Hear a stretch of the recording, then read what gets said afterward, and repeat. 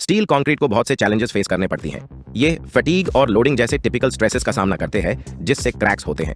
Plane concrete से कई सारे क्रिटिकल इश्यूज निकलते हैं जो कि कंक्रीट की परफॉर्मेंस को लॉन्ग टर्म में वीकन कर देते हैं। फॉर्चुनेटली बुलहॉर्न स्टील फाइबर्स के पास इन इश्यूज का सोल्यूशन है। कंक्रीट को रीइंफोर्स करने के कई तरीके हैं, स्टील बार्स, स्टील मैश और स्टील फाइबर्स। पर स्टील फाइबर्स क्यों? इसके पीछे एक साइंस है। प्लेन कंक्रीट में डक्टिलिटी नहीं होती लेकिन स्टील फाइबर्स में होती है।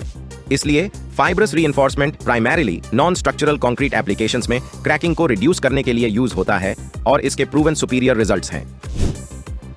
Steel fibre concrete reinforcement concrete की क्रैकिंग और परमिएबिलिटी को रिड्यूस करता है और कंक्रीट नॉन स्ट्रक्चरल स्लैब्स की स्ट्रेंथ, इंपैक्ट रेजिस्टेंस और ड्यूरेबिलिटी को बढ़ाता है।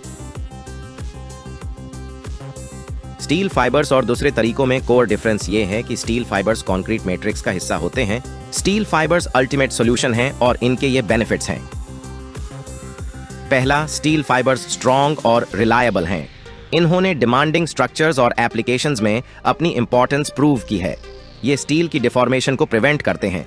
दूसरा, ये रेजिलिएंट श्रिंकेज और हैवी रेन क्रैक्स को रिड्यूस करते हैं, साथ ही प्रीकास्ट कंक्रीट प्रोडक्ट्स में क्रैक्स को भी।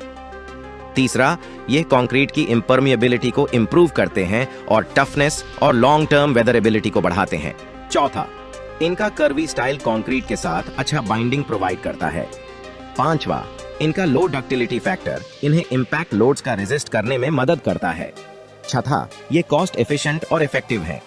सातवां, ये स्टील की अमाउंट को रिड्यूस करते हैं। आठवां, ये जनरल यूज में इजी हैं और जब फिनिशिंग के बाद रस्ट एक्सपोजर नहीं होती तो ये अच्छा सेफ्टी फैक्टर प्रोवाइड करते हैं, पॉलीमेरिक फाइबर्स के ऑपोजिट। स्टील फाइबर्स कैसे काम करते हैं?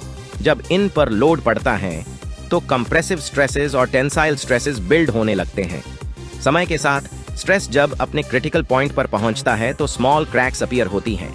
स्टील फाइबर्स कंक्रीट मैट्रिक्स के अंदर इंटरैक्ट करते हैं, किसी भी पॉइंट और डायरेक्शन में टेंसाइल स्ट्रेसेस को अब्सॉर्ब करते हैं।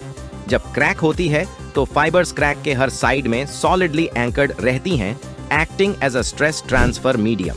और हर टाइप के स्टील फाइबर्स का अलग हुक, स्ट्रेंथ और डक्टिलिटी होती है।